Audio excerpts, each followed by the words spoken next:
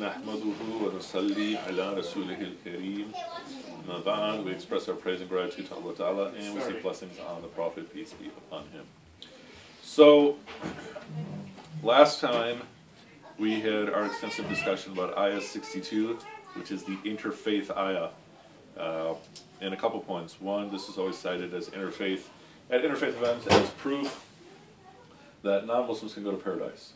But we kind of dismantled all that, saying that the translations here, Jews and Christians and Sabians, is not quite accurate. It's actually Judeans, Nazarenes, people of Nazareth.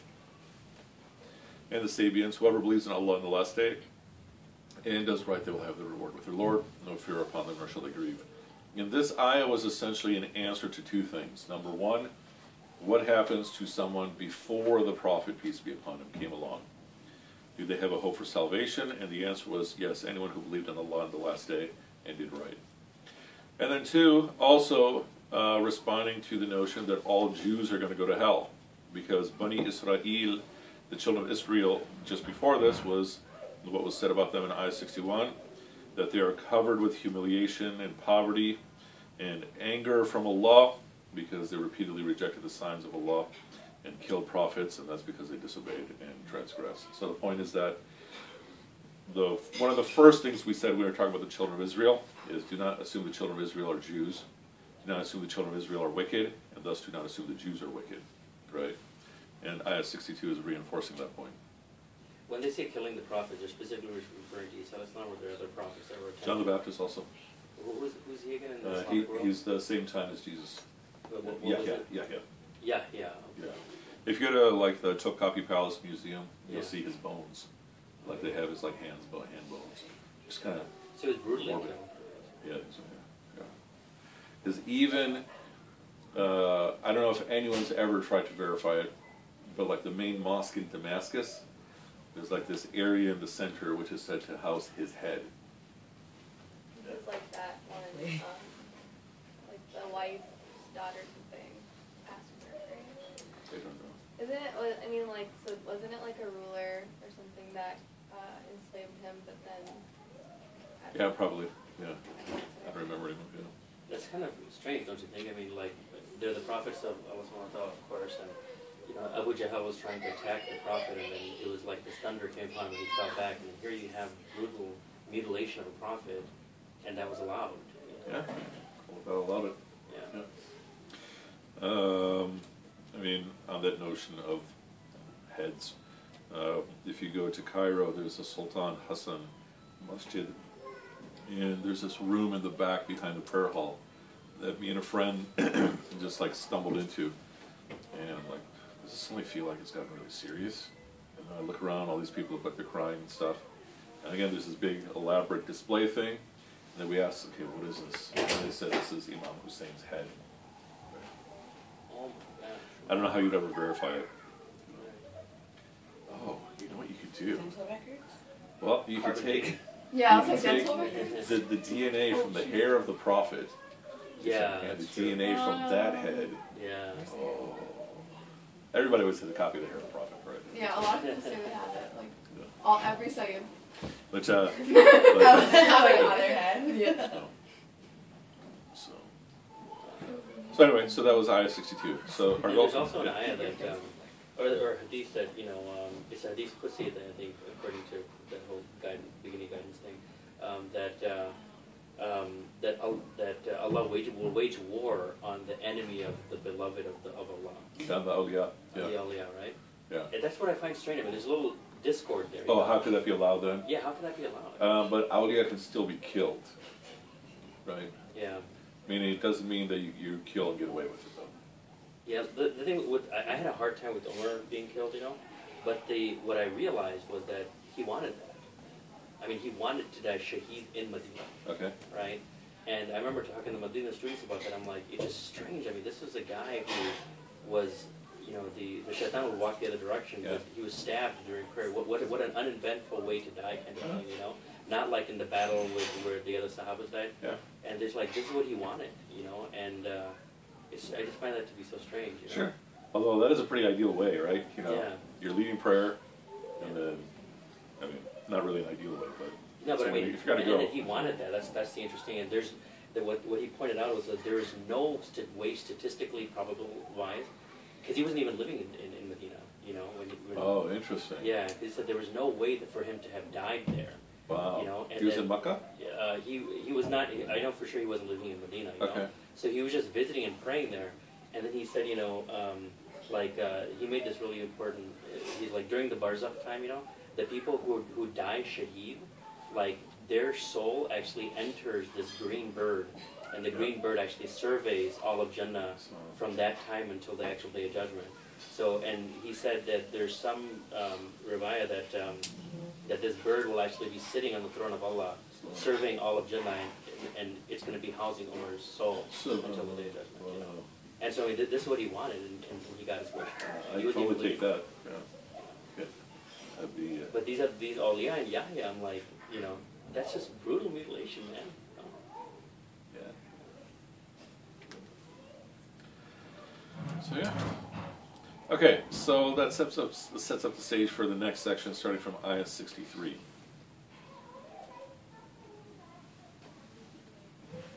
وَإِذْ أَخَذْنَا مِيثَاقَكُمْ. So Allah Ta'ala is still speaking to the children of Israel. وَإِذْ, remember we said, literally translates as and when.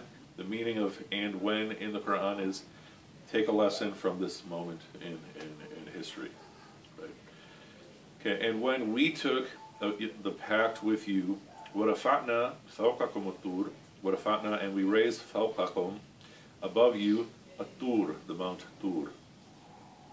And then we said, خُذُوا مَا آتَيْنَاكُمْ, hold tight to what we have given you, بِقُوَّةٍ, with strength, وَاذْكُرُوا مَا فِيهِ, and remember what is in it, لَعَلَّكُمْ تَتَّقُونَ, so that you may get taqwa. So here again, Allah Ta'ala is speaking to the children of Israel. So He's saying to the children of Israel, okay, that they reached a point of complete disgrace. Then there's a pause. Whoever's Judean, Nazarene, and such, whoever believes in Allah, last day does right, they will have the reward of their Lord. Then that was a pause. Now we go back to that conversation. So they make a pact with Allah, okay? And this mountain was literally like lifted above them, okay? Which again, for the children of Israel, no surprise considering everything else they've seen. And what they're being told about this pact is, hold tight to what we've given you with strength and remember what is in it, okay? So that you may get taqwa. So this is an event in their story. For us, this is a second step on how to get taqwa. Anybody remember the first step on how to get taqwa in the surah? Dun dun, dun dun. Sajda. Okay, well that's how to get khushu. Almost had it, man. Ayah 21, Ayah 21. Going all the way back to Ayah 21, which is also the first command. The first command, be the abd of your Rabb, who created you as he created those before you. The end of the ayah, so that you may get taqwa. And so here, how does this apply to us? Hold tight to what we have given you with strength and remember what is in it. So what do? What has Allah Ta'ala given us? The Quran and the Prophet, peace be upon him. So hold tight to the Quran, hold tight to the Prophet, and remember what is in there in terms of the Quran and the teachings of the Prophet, peace be upon him. So here he's talking to the Ummah of Muhammad. So he's speaking to them directly, speaking to the Ummah of Musa, peace be upon him. Indirectly he's talking to us. Yeah. So they made this pact, but look what happens in Ayah 64. ثُمَّ تَوَلَّيْتُمْ مِنْ بَعْدِ ذَلِكَ. Then you turned away after that. And if not for the favor of Allah upon you and His mercy, you would have been among the losers. Okay. Here's another simple lesson. Again, the historical point, these people made a pact with Allah and they turned back on their pact. Okay. But there's another big point here. That what kept them from going astray and what kept them from being losers was nothing but the favor and mercy of Allah. Okay. How does this apply to me? Anytime I commit a sin, it is nothing but the favor and mercy of Allah that keeps me in the deen. That I might do a sin, think, okay, it was bad, or might not take it too seriously, and just continue along. The reality is that when I've committed a sin, I've consciously gone off the path. and it's nothing but the favor and mercy of Allah that keeps you on the path. How scary is that? Good. And how hopeful is that too? That applies to every single one of my sins. Any thoughts? Blank stares. Well, can you repeat that again? Okay, so point being, anytime I commit a sin, I'm consciously going off the right path, the straight path. Yeah. And it's nothing but the favor and mercy of Allah. That brings you back. Yeah. Like literally in that moment. That's literally sometimes the thing that keeps me from doing things. I'm like, because I don't know if I'll get another chance. Uh-huh. You know, it could literally be the last sin I do as a Muslim. Uh-huh. Well, then it's not a sin anymore. It's right? right. Yeah. Right? Everything. And it starts with thought, I think. Yeah, It absolutely. starts with thought. So what are we told to do as protection? Go to Surah 41. And we looked this up before, but I always forget what ayah it is. I think it's like ayah 33. Surah 41 is Nuh, right? Surah Fusilat. 71 is Nuh. Surah Fusilat, which is also, I think, known as Hamim Sajda. Ayah 33, 34, 35, 36. Okay. So 33. Who is better in speech? Oh wait, should we go further back? Oh no, here, let's look at the whole thing. Oh no, okay, first let's look at the portion related to the lesson, then we'll look at the whole thing. Ayah 33. Who is better than speech than one who calls to Allah and does right and says, Innani min al-Muslimin. Indeed, indeed, indeed, I am among the Muslims. Okay, that's like the best thing you could possibly say, or one of the best things you can say. And then look at Ayah 34. Okay, وَلَا تَسْتَوِي الْحَسَنَةُ وَلَا سَيِّئَةُ. So the good and the bad are not equal. It's so funny over here. Okay. I tell you, every single time I hear that sound, I go like Sorry, this. it's like really. No, it's okay. No, it's fine. It's just I keep thinking it's my phone. It's like. Good. So the good and the bad are not equal. So repel the evil by doing what is better. Good. Now, in simple math, what are we saying? Every time you commit a sin, what you should do as soon as possible is a good deed. Good. Aside from saying astaghfirullah or or whatever, Allah forgive me, follow it up with a good deed. Why? I think, because I don't know if this is the answer, but I Yeah, think because like, I think when you sin, like Shaitan just tells you, oh, you already sinned, just keep sinning. Yeah, exactly. More and more, and you don't feel like you're, like, good enough or whatever to even try to be good. So you might have a sort of despair where you're not going to try, right? You might begin to develop the taste for blood, so to speak, right? You do the sin, you're like, I enjoy this, let's do it again, right? That type of thing. Well, action is very powerful. Uh-huh. So action in one way is powerful, and so the way to counter that is action in the opposite Yeah, direction. that's exactly it. Yeah. So this is also a formula for when you have enmity. Okay. So repel good with you, or repel evil with good, and the one with whom between you and him was enmity, it'll be as though that person becomes an intimate, devoted friend. So if you have a falling out with someone, then do good to them. And this is a formula to fix that. But, ayah 35. No one's able to do it, no one's granted to do it except for those who have sabr. And none is granted sabr except for the person who has a lot of good. Meaning, to be able to do these things requires sabr. Just think about it. Someone does you wrong. You don't ever want to talk to them. And you're doing this to fix that relationship, but you still don't want to talk to them. Right? That takes sabr, it takes perseverance. Okay, so in our context, what are we saying? That anytime I commit a sin, it's nothing but the forgiveness, or the fadl, the grace, and the rahmah of Allah that keeps me from being a loser. And just to show you some more cool things about this passage right here in Surah Fusilat, I think we've looked at this before. Look at ayah 30 in Surah 41.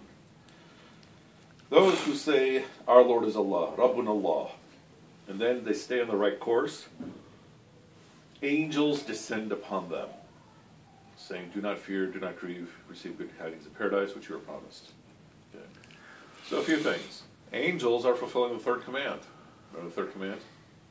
Say to those who believe and do right that they'll have gardens beneath which rivers flow. Angels are fulfilling that. What else is taking place? When you do good, angels that come and they're doing literally the opposite of what Shaitan does. Right? Shaitan's whispering for you to do bad. Angels are coming to reinforce you. Yeah, we don't teach that part in Sunday school, right? But they just did, I said last time we covered this. Anybody around? Anybody paying attention? Anybody awake? I get scared when you guys are all just staring. Mesmerized by my awesomeness. Okay, so going back to Ayah 63. So hold tight to what we have given you. Oh wait, sorry. 64. So, if it was not for the favor and mercy of Allah, you would have been among the losers for turning away from the pact. And then we have this very interesting ayah, 65 and 66. And you had already known about those who transgressed among you concerning the Sabbath. We said to them, be apes. Okay, somebody tell us what is the story of this ayah.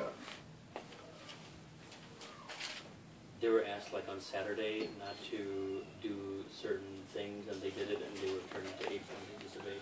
Yeah, so these people were fishermen.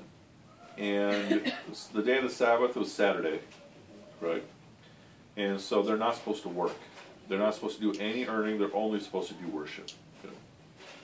And they noticed that they don't get fish any day of the week, but on Saturday they all seem to come near the shore. This is like natural selection or something, right? And so there's two stories. One story is that someone decided to dig a trough right along the shore, so that when the fish come near the shore, they fall into the trough. The other story is that they set up a whole system of nets, so that when the fish come by on Saturday when they're worshiping, that the fish will all get caught. Okay. Did they do anything wrong? They're doing worship all day long, and technically they're not working. That's not having tawakkul on Allah. Okay, so, okay, that'd be part of the problem. But they're like, they're not I like, think that's kind of Bible. yeah. That's the question. Being smart. Yeah, Right. it's just, they're not like, I mean, they're still worshiping and everything. Okay, yet they got condemned. What's interesting is that they've committed such tremendous crimes against the deen prior to this, and they were forgiven. But then here, it's kind of a minor That's an interesting point. and they turn into apes. I'm thinking this might be a specific group, like a different generation, but still, the point is still the same, right? They've done a bunch of other horrendous things. Yeah. I mean, it was, Yes, ma'am. They're told not to catch fish that day? They're told not to work. Okay? But maybe it's like the spirit of the law. Dun, thing, dun, right? dun, dun. It's a loophole. The letter of the They're law. looking for loopholes. The letter of the law is don't work. The spirit of the law is don't do anything at all of any sort of work, even if it's automated. Right? And so. don't get dunya benefit. Yeah, so don't get dunya benefit was actually part of it, right? Yeah. And so the point is that technically they didn't work, yeah, but they still had a robot. So these guys were actually part of Musaffar Islam's ummah, right? So I don't think they were his generation. They were not his I think they're a later generation. Oh, I Right. see. The amount of time that spans here, because even Yahya being killed Mhm. is 600 years after Musa alayhi salam. Oh, wow. Right. Who knows what other prophets were killed? I think that there are a few other prophets whose names I'm forgetting that were also killed. Yeah. And so, yeah, this is the point. This is the letter of the law versus the spirit of the law. I feel like that's like kind of what we do like with fatwas and stuff like that, right? Sure. Sure, Is that kind of absolutely. like this? Would explain what do you Potentially. mean? Like, you know, like, I don't know, like, you know how, like, some, you're, like, technically it's not wrong. Oh, I Like, see what there's you're some saying. In terms of the fatwas that literal kinda go text. If you around get it. if you get a fatwa, then it's okay. Yeah, I see what you're So, saying. like that. What about Like these overnight marriages and stuff. Yeah, I'd say both is, yeah. So that's, But but it's, the intent.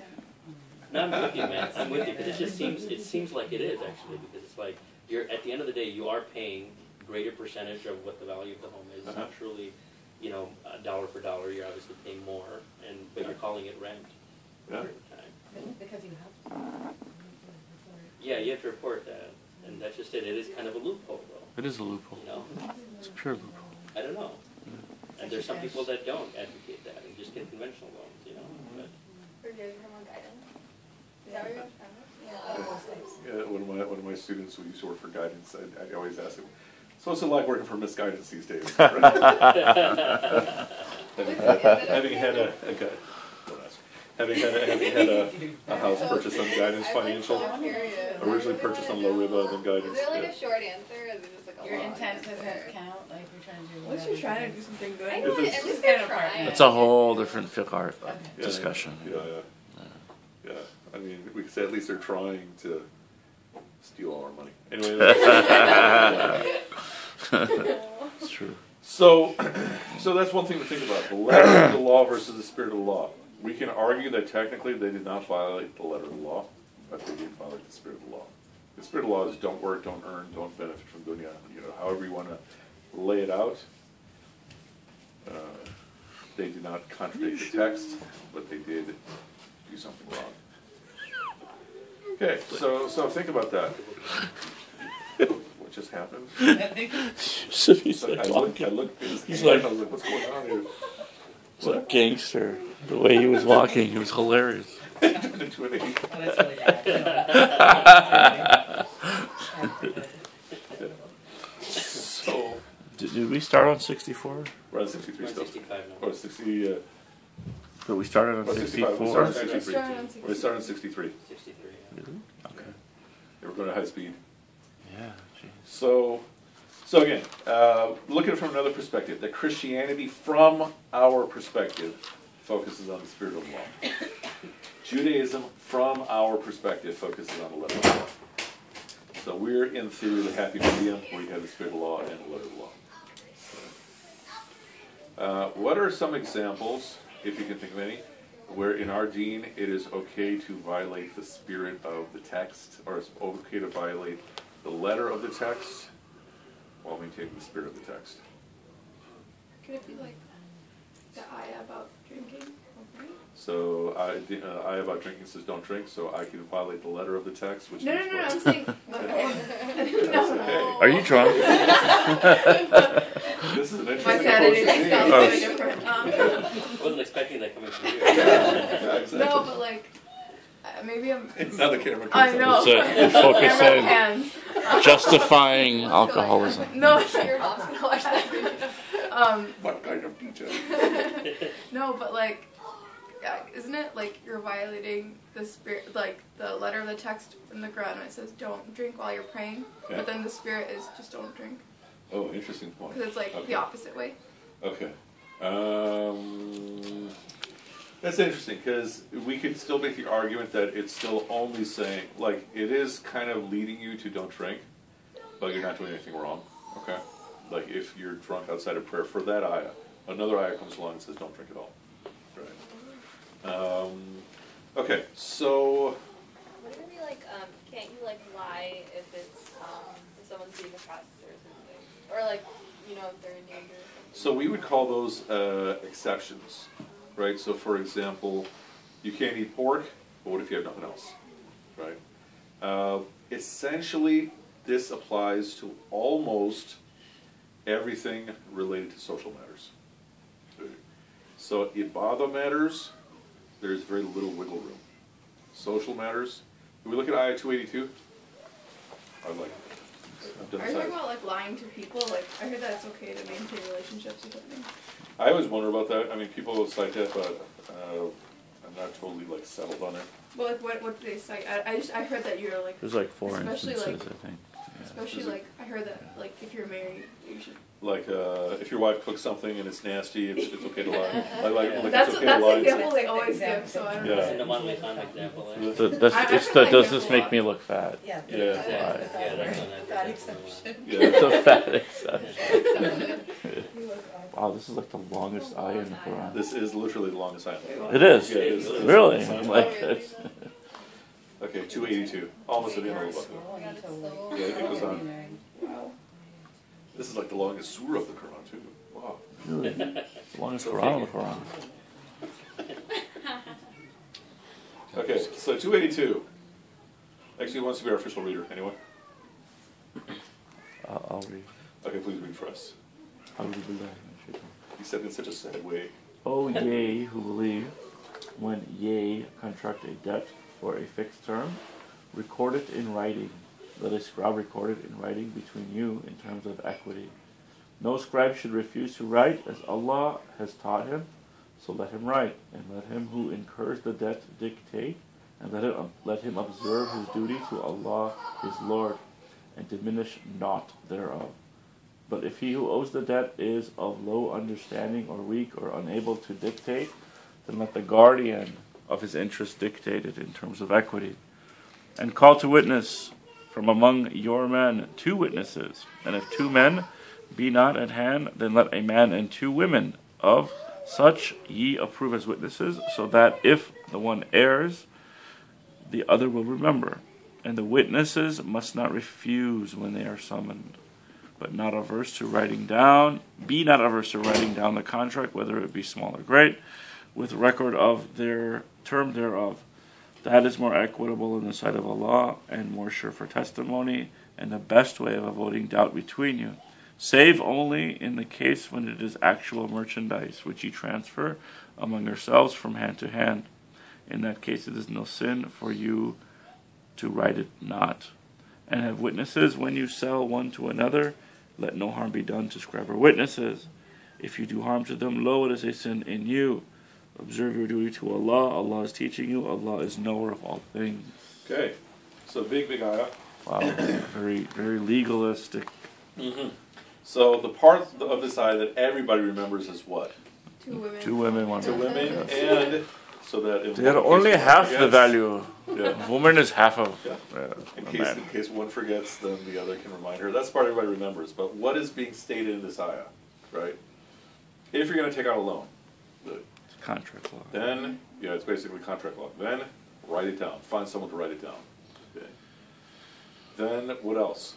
The person who is taking out the loan dictates the terms. Okay. If the person who is taking out the loan isn't of sound mind, then you get somebody to represent that person, to represent that person's interests. Good. Then on top of that, you have witnesses. Okay. When they say loan, what does that mean? Like if someone is borrowing $1,000, Yeah. you have to actually have a contract or something. Yeah, exactly. Yeah. And so then you have witnesses. Okay. What's the actual principle here in the ayah? Why write it down? Now keep in mind, this is Medina, so they don't even have that much paper right now.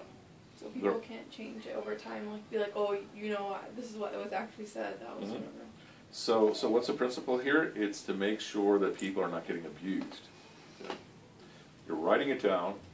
You got witnesses, and even the person who's taking out the loan is the one who gets to dictate the terms. Okay. As long as it's done in a fair way. Okay. And you got to make sure that person is of sound mind, otherwise you got to have someone else who can protect them. And then you bring in witnesses to support this. That's the principle here. Okay. Now, when we look at the part about, okay, 1 man, 2 women, the point to consider is that the Quran is being written for all time, right? And so what does that mean? It's giving us a formula that'll work in every society, every time. Okay? And most of the societies in human history are patriarchal. Okay? So this will work there. Now, what about our society? I can go online right now and go to some website and take out a loan that doesn't even involve a human at the other end, right? And so the principle, again, in terms of Islamic law is that matters of ibadah, you don't mess around with. Social interaction, which includes business matters, if you have a system in place that does not involve haram, and it seems to be stable, seems to work, then that may be your default. Okay. So social interaction matters are often recommendations as opposed to commands. Ibadah matters are commands. Okay. Social interaction matters, generally speaking, it's in our language we might call them recommendations. It's the same grammatical form in Arabic. You can't tell from the language, right? So the point being, this will work, right? But if you have a stable system that's accomplishing it and no haram is involved, then the general notion among Islamic scholars is you can just have it. Right? So forget me going online. If I'm taking out a loan, What is it that's used to keep all the parties protected? Copies of the loan. You often will take a loan without witnesses, right? You got your credit score, all those things. You have multiple things that are set in place in our society to make sure that business transactions are done fairly. But you still need like a contract, right? So you still should have a contract, right? Which our society does. You know, in the most cases of a loan, like when you're going to a bank. When it's between two people, yeah, you should probably get a loan. You should probably do a contract, depending on how much money is involved. For the simple reason that money is like the fastest way to blow friendships. So matters of social situations, you have to observe the spirit of the law, but you're not obliged to follow the letter of the law. Generally speaking, if you follow the letter of the law, then you default in favor of you err on the side of following the letter of the law. Yeah, for sure. But you're especially looking at the spirit of the law. Okay, got it. Right. Now, if you, this is, I think the ayah on Zabin Hamid, the Hamid is coming up, if I recall It correctly. would still let 100 ayahs away. Still 100 ayahs. Yeah. Because maybe we'll talk about it at that point. Okay. Is there another ayah that you can give that shows like the social aspect that you're talking about? That's like where it's kind of. Let me think about it. Okay. This is the same principle as Mufti Kamani's point about clothing. Yeah, Right. right. That About what? clothing. That what is sunnah clothing? What is upright clothing? Is it a thobe, or more accurately, is it according to what your culture dictates? Just your keeping principles, in terms of privacy, modesty, looseness. So what does Mufti Kamani say? So Mufti Kamani is saying the way you dress in Turkey would be different than the way you dress in America versus Pakistan. Because even Mufti Kamani, he even, I don't know how much deliberation he's done since then, but he even has gone through thoughts about, okay, is he himself dressing the right way for the work he does in America? That's right. Right. Which is kind of interesting because a lot of the newer stuff that he's coming out with is very different than the initial. Oh, really? Yeah. Okay. Yeah. I mean, it looks like shirts as opposed to the lengthy, the dope kind of stuff, and a lot of the like at the last Lakina convention they had here. Yeah. Their newer line of clothing I thought was a little bit more like Western acceptable. It's still thobes though, isn't It is, it? but I've seen some of the stuff that actually just look like sweaters and shirts. Interesting. What's that you saw it, right? More sportier. Yeah. So He does have the sporty Seriously, look. seriously. It's like if Adidas and Nike was gonna make thobes, that's what Yes. Kamani were. Yeah, Yeah, totally. that's right. Essentially. I mean, and it's very high quality. Solid. It's good stuff. Absolutely. Yeah. I really like it. But my point being that, he wrestles with a lot of stuff very seriously. For sure, yeah. What's Islamically best in America at this time, Yeah, for even sure. clothing and such. And so, so the point being that what we call ibadah is more or less set in stone with a little bit of wiggle room, whereas mu'amalat, mu'asharat would be the terms for social interaction matters, business matters. There, it's a conversation between the text and your social context. Right? Look at it from another perspective. It's hard because sometimes those lines are not as crystal clear as to what would be considered mu'amalat and what would be considered ibadah because there's so much overlap between the two, I mean, if it's clearly shirk, not shirk, something easy like that, but the problem is that a lot of the mu'amalat are grounded in dini stuff, you know what I mean? Yeah, that reminds me, it'll relate to your question, Naima. So, what is the obligation of a husband in marriage? Anybody know? Can you name the first, second, third obligations? Yeah, I was gonna say that. First obligation? To be a Muslim. Well, yeah, I mean, assuming he's Muslim. Yeah. He's a Okay, let's take it a whole step back then. Yeah. Okay. The obligations that they both have, are, well, at least he has the obligation to be Muslim, but the obligation they both have is, to have taqwa of Allah. If you look at the khutbah of nikah, having taqwa of Allah is mentioned 4 times. Have taqwa of Allah, have taqwa of Allah, have taqwa of Allah. Look at your responsibilities before you look at your rights. Also in the khutbahs for nikah, be straightforward when you speak. Okay. Then all your other obligations as Muslims. Then his first obligation, kindness. Right. Oh snap, nobody knew that one. Okay. Second obligation, actually I'm sorry, that's the second obligation. First obligation, Melly's like, I'm going to get all this down. The number one is taqwa. The first, okay, that's the obligation on both of them. First obligation is the marriage gift. Right? Oh, yeah. Right? Second obligation is kindness. Third obligation is to provide. Okay. And this is just going straight through Nisa, Surah 4. Okay, but in our society, it is very hard for a guy to be able to provide for his wife, and according to suburban standards. Sorry, this just makes me laugh because of all the solemnness among undergrad boys. We're never going to be able to do this. McMansion in Hinsdale. So you can see how somber some of these boys are. Anyway, I should call them men anyway. But so the point is that would be something. Yeah, that would be something that can then become an agreed upon issue, right? That the two might decide that, all right, it'll be a joint venture, right? And then the sister's like, no, he's providing. Yeah, that'd be another example. That his nikah is sort of a mix between ibadah and muamalat, right? So there are aspects of the nikah that are ibadah and other aspects that are muamalat. So by the wife saying like, I'll help you like provide for family, that counts as like a changing of the law, kind of. So it's following the spirit of the law, which is to make sure that she's provided for. But in our economy, very few careers can do that, right? And then, what's the first obligation that she has to him? First obligation. This is the interesting thing: as Muslims, I want to say this, but like I don't. Yeah, you know it. It's okay. exactly what you're I thinking. know it. Well, here. Well, before It's to provide for him. Oh. So the even keeping in mind that as two Muslims, the obligation they have to each other is kindness anyway. So the kindness is getting reinforced. Okay, it's the first obligation the wife has. I'm just gonna say this, but I'm not sure. Is it like obey your husband? Is it? Yes, it is. I knew it. Yes, it's obedience. Now, some people argue it's obedience to God, but I don't think it's a very strong argument, right? Because you got to do that anyway. But obedience, yes. I'm not noticing. Everyone in the room is deflated. Is that from Nisa or where's in it? Nisa? Yeah. Have you seen my iPad? Yeah. I put it in Jay's room. Second obligation she has is to keep the secrets, Oh really? Really? which is already an obligation that they both have to each other. So what is the Wait. Not message? keep secrets, or? To keep secrets.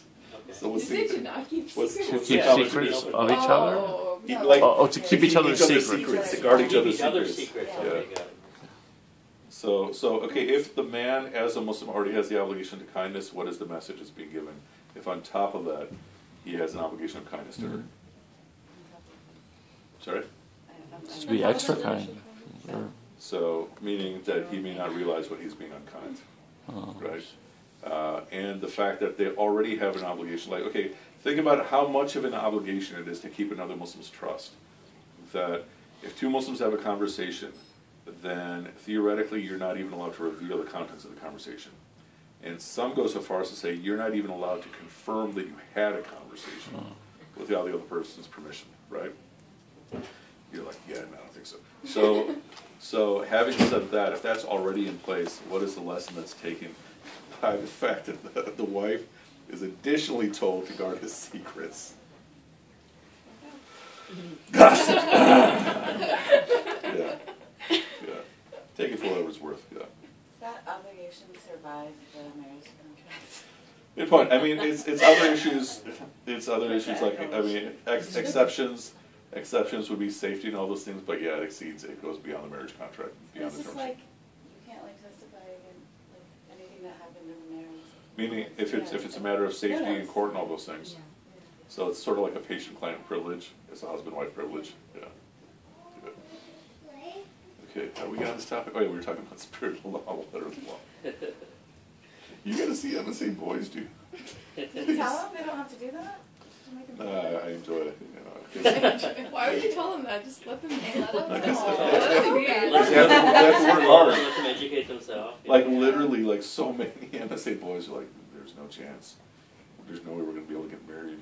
You know, even if we Take become your MCAT physicians. books and sit there. Exactly. Study. Crack open the And Diane was like, yeah, keep doing it. Make sure because I already know Get what on my it, mayor folks. is gonna be. Okay. I already know. That is kind of sad though. If you No, think that's about not. it. If they actually Yeah, said it they should be can't like- get married. Obviously, yeah. they're gonna go do other stuff. Isn't it supposed to be like you're supposed to make marriage like easy? Supposed to make marriage easy, divorce hard. Yeah. Okay, that's the first part of the ayah. But what do you think about the second part of this ayah 65? We said be apes, despised. Were they physically turned into apes? Or was this a condemnation? So the Halim translation says it was just a condemnation. They weren't physically turned into apes. What do you think? I think they're physically turned to apes. Physically turned into apes? Why? Because that's what it says. Be apes. Okay. Good. And if I mean it's Allah's one, they can do whatever. And then Mufti Kamal bin Hamid said this may be the explanation between the evolution of humans from apes. So I was at an interfaith conversation, right? Yeah. And this Muslim guy with me, someone asked about evolution. What do you think about evolution? And I'm getting ready to give my standard answer. And this guy's like, no, the Quran says that humans, and in particular Jews, were turned into apes, so it's actually reverse evolution. And I was like, seriously, man? Yeah. It's interesting because I mean I bet like if they're apes, there's skeletons around. You know what I mean? So it'd be interesting. That's what I wonder. Like when I see certain groups of apes that just look different. Yeah. Is that? Is your ancestor a fisherman? Yeah. So I wonder that the entire community was turned to apes. No, it was- I think this note that the Yeah, what's the footnote? It says, this is understood by some as physically turned into apes, but in fact it is a figure of speech. The structure of be apes is like be stones / arms in 1750. Just as the Quran describes the disbelievers as blind, deaf, and dumb, here the transgressors are apes. Okay. So that translator is saying it's metaphor. So everything here is metaphor. The question is literal. Any other thoughts? Literal, metaphor. I mean, it's all metaphor anyway. But Does it matter then? well, here's the point that I'm leading to. If I asked, okay, was the sea split for Moses? Do you take that literally? Yes. I mean, all of you would say yes. Okay. But were they physically turned into apes? I think you find a lot of people say yes, a lot of people say no. And I think the real reason is because this is not a common belief in our overall society. It's easy for me to say 2,000 years ago there's a man born from a virgin birth, because more or less everybody else believes it in some capacity, right? It's easy for me to say that the sea was split, because more or less everybody else believes it, right? You know what I mean, like, you know. But nobody talks about this. And so it gets awkward then to say that, yeah, God turned these people into apes. See what I'm saying? Yeah. That a lot of times, especially in matters of the fantastic, the matters of miracles, if everybody else seems to believe it, then, Easy to you know, believe. then it's easy to complain, right? This goes back to the whole scientific outlook of our society. That okay, if it's something that violates science, but a lot of people believe it, then it gets easy to claim. Okay. I wonder if also because, sorry, if there were like, children of Israel, that Muslims would feel strange about saying, yeah, this happened to the Jewish people. So this is interesting. Like when the siege happened on Gaza, like in 2008, was it? Maybe I don't think it was that long ago. I think so. Was that long? Okay. So they interviewed one of the PR guys of Hamas, and he said, "How can we trust these people? They broke all their treaties with the Prophet, and they were turned into apes for disobeying God." Correct. Dun dun dun dun. Yeah. So There's no hadith about it, right? there probably are, but I just don't remember. Yeah. Okay, so that's the point that I wanted to raise. That sometimes when we speak about the fantastic, it gets hard in terms of like our own Muslim self-esteem to make such a claim if other people do not seem to believe the same But thing. is it like wrong to like think that it's a metaphor because we're just like conforming to our society kind of? Well, if that's the reason, then I think it's a problem, right? So what is my obligation to the Quran? I regard all of it as haqq, right? The meaning, Allah knows best. So throw in, I think this is metaphor, Allah knows best. Then you're safe. I think this is literal, Allah knows best. But it goes back to the point, does it make a difference? Because our focus is on the lesson. And the lesson was what? They violated the spirit of the law without violating the letter of the law. If I had to choose one, violate the spirit or violate the letter, which one appreciate If it. I had to choose one, Yeah. I like the letter, of course. By the letter? Yeah, In favor of the spirit? of course.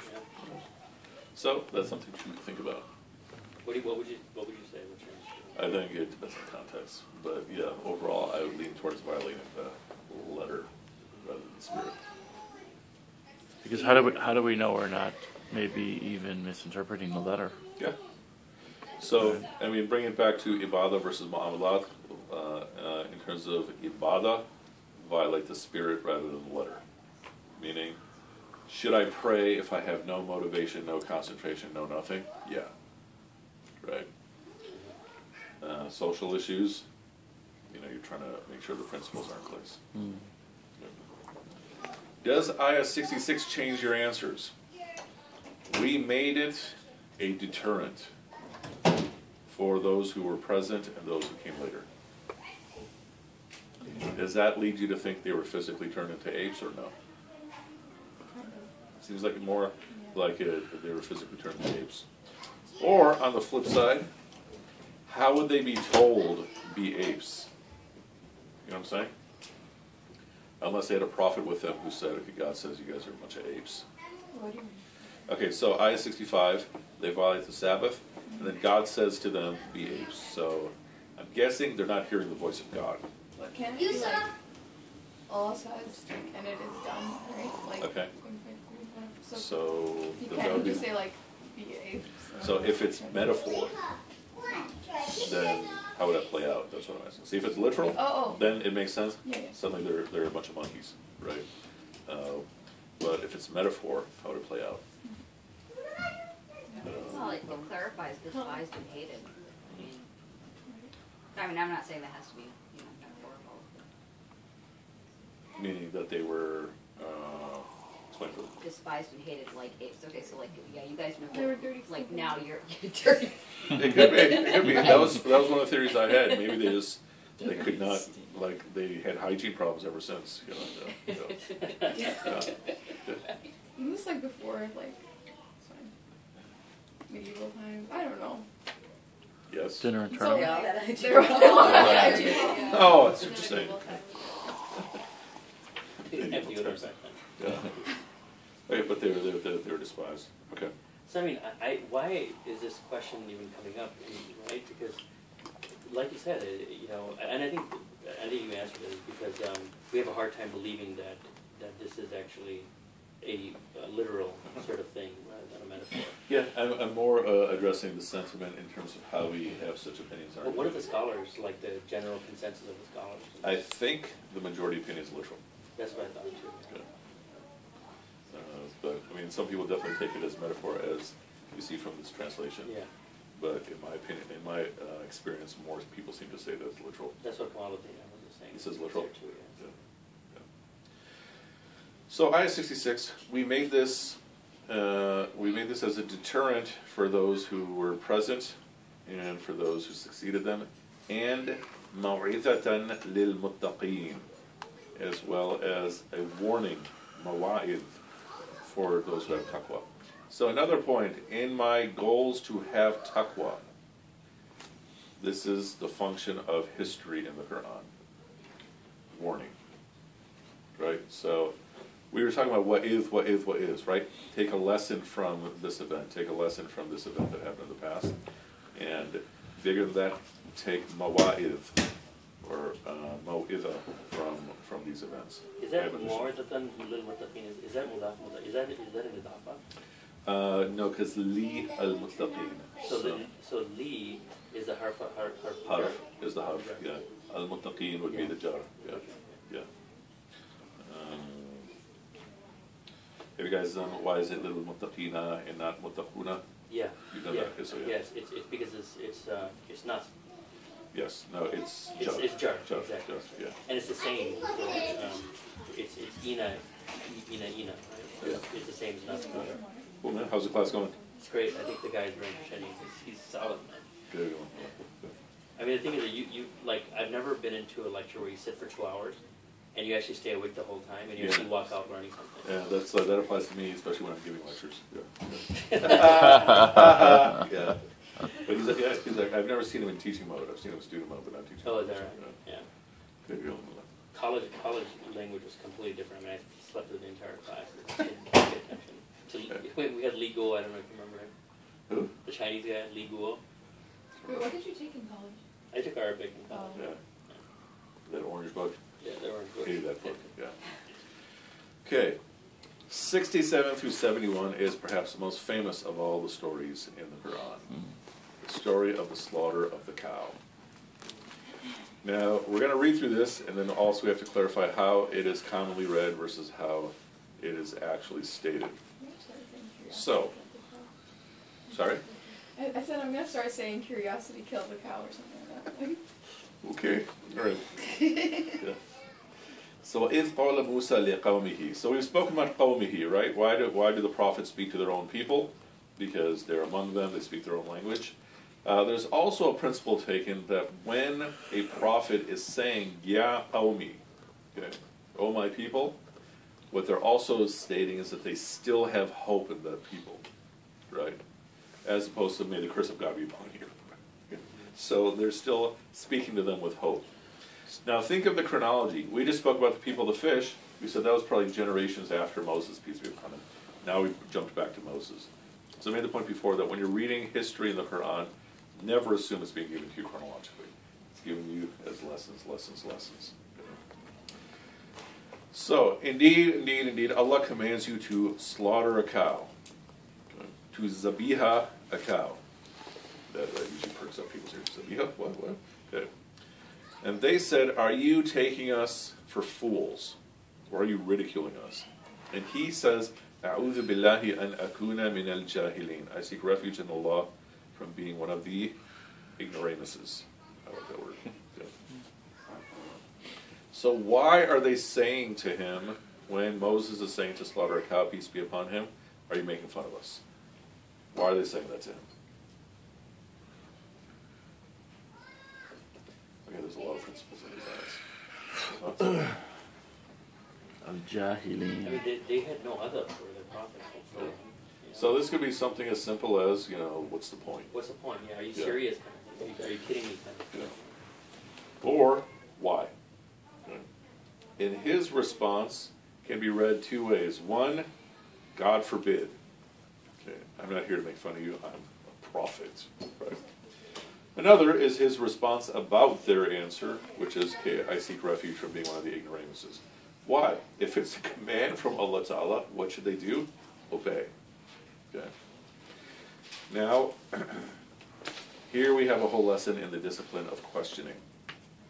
If they left it at that, then what's the command? Kill a cow. Find a cow, slaughter it. But as is commonly the case with us, we ask more details. Well, what about this? What about that? Should I do it this way? Should I do it that way? And so they asked, call upon your cow to make it clear to us what it is. And he says, it is a cow which is neither old nor young, but somewhere in between. And do what you're told. So now what's happened? They were told slaughter a cow. Could have been any cow. But now they asked, okay, which cow? So not too old, not too young, somewhere in between. Now they just cut down the options that they have. This is the nature of undisciplined questioning. If you keep asking for more detail, you're probably going to get more detail. As he says, فَفْعَلُوا مَا تُؤْمَرُونَ. Do what you are commanded. So he's telling them to stop asking questions. Yeah. And then they asked, good.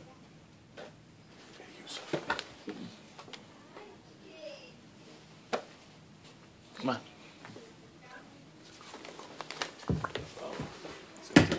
Okay, then they ask, okay, call upon your Lord to tell us what color it is.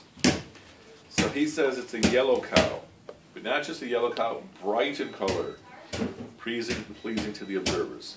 So what's happened again? They've reduced it by age, now they've reduced it by color choice. Mary.